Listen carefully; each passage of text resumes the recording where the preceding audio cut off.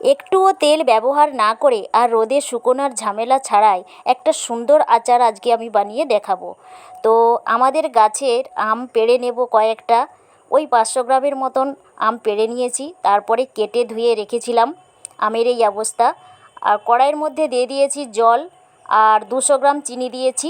চিনিটা ভালো করে জলের সাথে মিশতে না মিশতেই আমগুলো আমি ঢেলে দেব।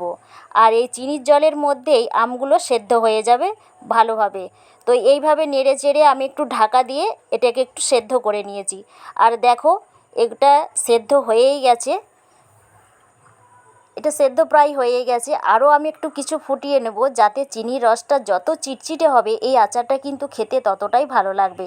আর এর মধ্যে আমি 1 চামচ নুন দিয়ে দিলাম, আর একটু কালারিংয়ের জন্য কাশ্মীরি লঙ্কার গুঁড়ো একটু ছড়িয়ে দিলাম।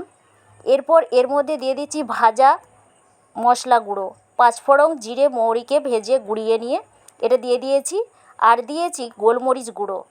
আর এর মধ্যে দিয়ে দিলাম কালারটা আসার জন্য কয়েকটা শুকনো লঙ্কা কুচি করে, যেটাকে চিলি ফ্লেক্স বলে। তো এটা দিয়ে আমি এরপরে এটাকে হয়ে এসেছে, নামিয়ে নেব। দেখো, আর সুন্দর একটা চিটচিটে ভাব চলে এসেছে, যেটা রোদে দিলে আমাদের হয় আচারে, সেরকম ভাবটা চলে এসেছে। আর এটা রুটি পরোটার সাথে খেতে কিন্তু